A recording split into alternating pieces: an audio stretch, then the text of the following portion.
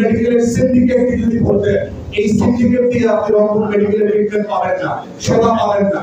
অতএব আমরা সরকারি প্রতিষ্ঠানগুলোতে রাজনীতি মুক্ত প্রতিষ্ঠান চাই। কলেজ, বিশ্ববিদ্যালয় সব জায়গাতে ছাত্র সংসদ থাকবে, কিন্তু রাজনৈতিক দলের দৌরাত্ম থাকতে পারবে না। রংপুর মেডিকেল কলেজে কোন ব্যানারে সাদা, নীল, হলুদ ডাক্তাররা, নার্সরা, কর্মচারীরা রাজনীতি করতে পারবে না। পৃথিবীর কোন সভ্য দেশে হাসপাতালে রাজনীতি করে এরকম অসভ্য ডাক্তার, নার্স আমি দেখি নাই। পৃথিবীর অনেক জায়গায় বলেছে এত অসভ্য ডাক্তার, নার্স হচ্ছে বাংলাদেশে।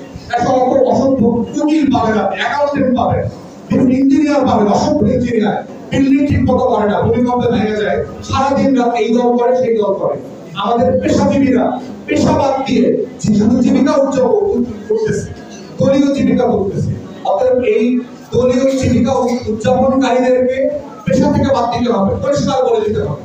মেডিকেল কলেজে যান, তারপরে কোর্টে যান, মনে হবে ওই দলের অফিস, সেই দলের অফিস, অমুক ডাক্তারদের ব্যানার, অমুক দলের নার্সদের ব্যানার।